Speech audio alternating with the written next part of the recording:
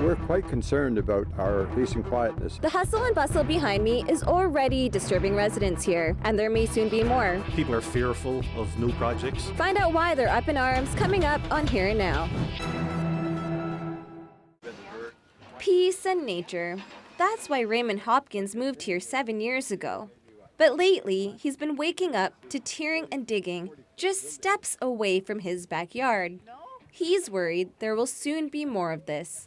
As we don't think there should be a 4-story building going on so close to our property line, which is affecting us, and of course the trees and the birds and possibly other wildlife affected as it is.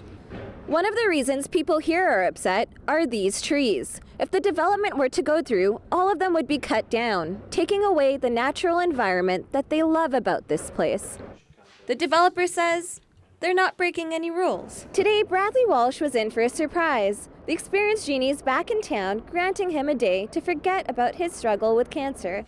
Walsh has spent a lot of time in a doctor's office, and that's what he thought he was doing today after checking out his sister-in-law's new car. Little did he know, he was walking into the first stop of a magical day, thanks to the experienced genie. But his ride's way better than a magic carpet. Walsh will be cruising in a Mustang, heading to get a massage, then to Raymond's for a 5-course meal. Certainly wasn't expecting it. I don't know if I'm fully 100% awake yet. I'm getting there. I probably will be after the Mustang ride. The genie heard Walsh's story at a fundraiser in January. Since then, he's been rubbing his lamp, planning Walsh's dream day. Bradley got up and just discussed his story, and then we all meditated and prayed for his speedy recovery.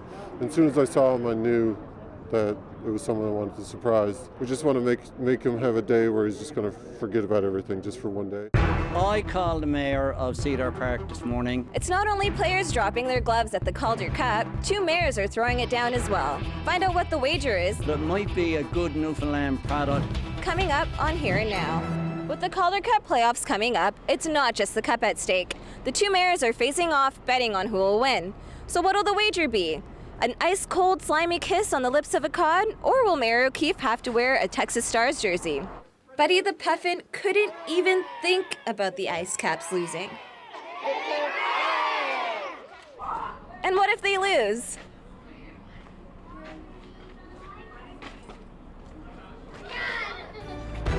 Welcome back to Here and Now.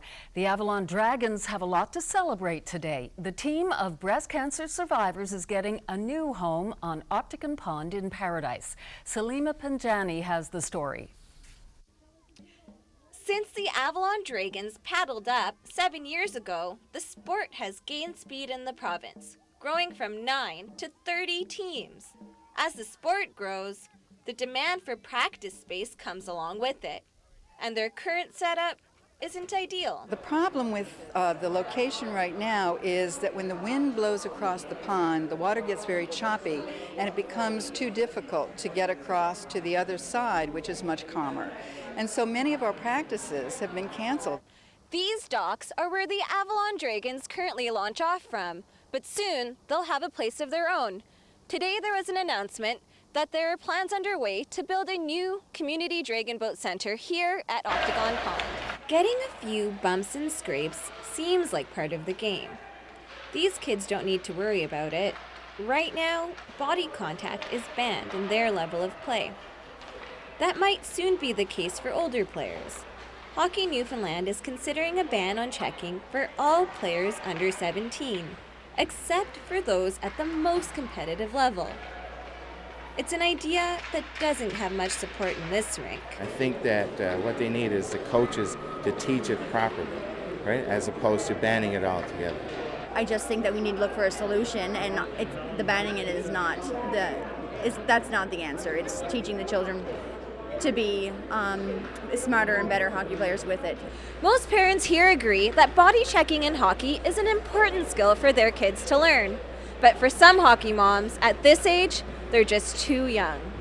So certainly, do I want my son to be assertive and play the game like it's taught? Yes, I do.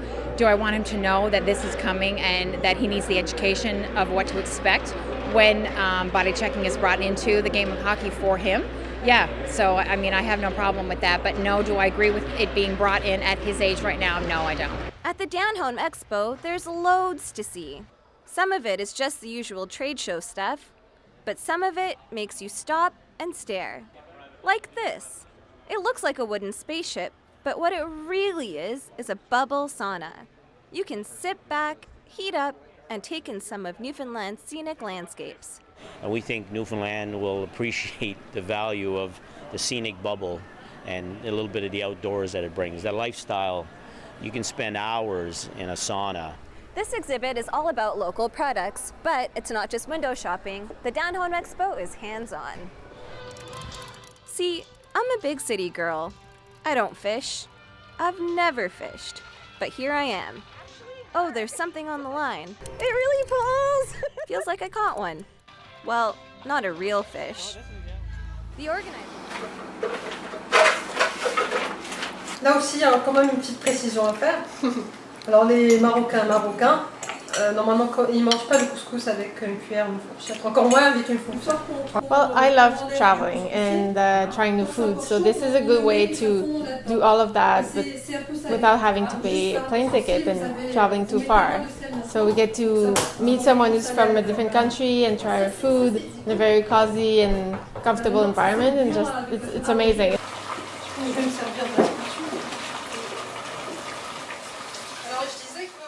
C'est comme si j'ai fait passer un message en fait. Et lorsque eux ils prennent du plaisir à savourer ce que je fais, et donc pour moi c'est plus que flattant.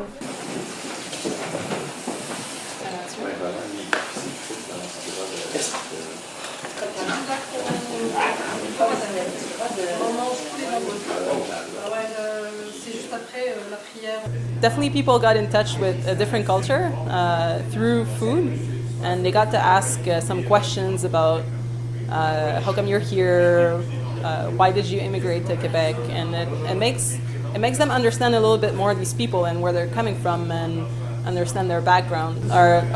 Both our women are fairly educated but don't manage to get a job here, and that surprises people. They're very surprised that it's a doctor giving them a lesson or an economist, for example.